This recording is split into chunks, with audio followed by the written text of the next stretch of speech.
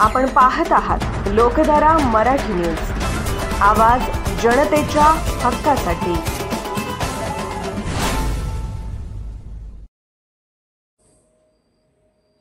आज दिनांक 16/6/2025 रोजी सायंकाळी 6 वाजण्याच्या सुमारास लहान मुलगा नामे पोपट हा मिरज बसस्थानक सांगली समोर हरवलेल्या परिस्थितीत मिळून आला आहे। काहीही माहिती असल्यास कृपया महात्मा गांधी चौक पोलीस ठाणे मिरज सांगली येथे संपर्क साधावा।